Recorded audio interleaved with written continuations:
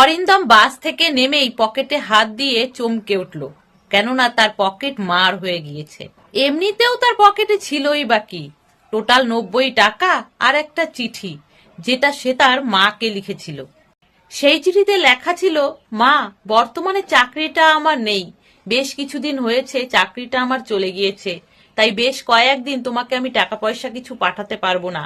এতেই তুমি বুঝে নাও যে আমার পরিস্থিতি কি চলছে, যে এই 90 টাকাও তোমাকে পাঠালাম দুদিন ধরে একবেলা করে না খেয়ে। অনেক কষ্টে আমি টাকাটা তোমাকে পাঠাচ্ছি, কটা দিন একটু কষ্ট করে চালিয়ে নাও, একটা চাকরির সন্ধান আমি করছি, পেলেই তোমাকে টাকা আবার পাঠানো শুরু করব।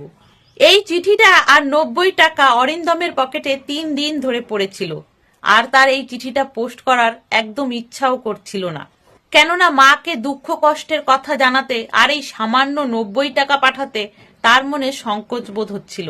কি আর করা যাবে, সেই 90 টাকাও এখন তার পকেট থেকে কোনো পকেট মার মেরে নিয়ে চলে গেছে। এমনি সময় হয়তো সেই 90 টাকা খুবই সামান্য, কিন্তু সদ্য যার চাকরি চলে যায় সেই 90 টাকাই তার কাছে 900 টাকার সমান হয়ে ওঠে। এরপর বেশ কয়েকদিন কেটে যায়। হঠাৎ একদিন অরিন্দমের কাছে তার মায়ের একটা চিঠি আসে। চিঠি দেখে অরিন্দমের চোখে জল ভরে আসে, কেননা মা হয়তো তাকে টাকা পাঠানোর কথাই লিখেছে।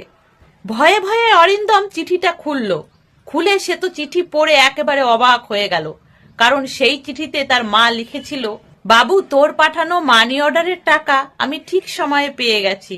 তুই আমার কত ভালো ছেলে রে, কত চিন্তা করিস আমার, মায়ের কত খেয়াল রাখিস সব সময়। আর হ্যাঁ, তুই যে টাকা পাঠিয়েছিলি তার থেকে কিছু টাকা দিয়ে আমি আমার নিজের জন্য একটা চশমা বানিয়ে নিয়েছি। বেশ কিছুদিন হচ্ছে আমি তেমন ভাবে চোখে ভালো দেখতে পাচ্ছিলাম না। এই চিঠি পড়ে অরিন্দম একেবারে অবাক হয়ে গেল, কেননা মাকে সে তো 1000 টাকা পাঠায়নি, তাহলে কে পাঠালো সে কিছুই বুঝতে পারছিল না। এই ঘটনার বেশ কিছুদিন পরে অরিন্দমের কাছে আবার একটা চিঠি আসে, কোনো এক অচেনা ব্যক্তির। হাতের লেখা খুবই খারাপ, কিন্তু তবুও অরিন্দম সেই চিঠিটা অনেক কষ্টে পড়ে।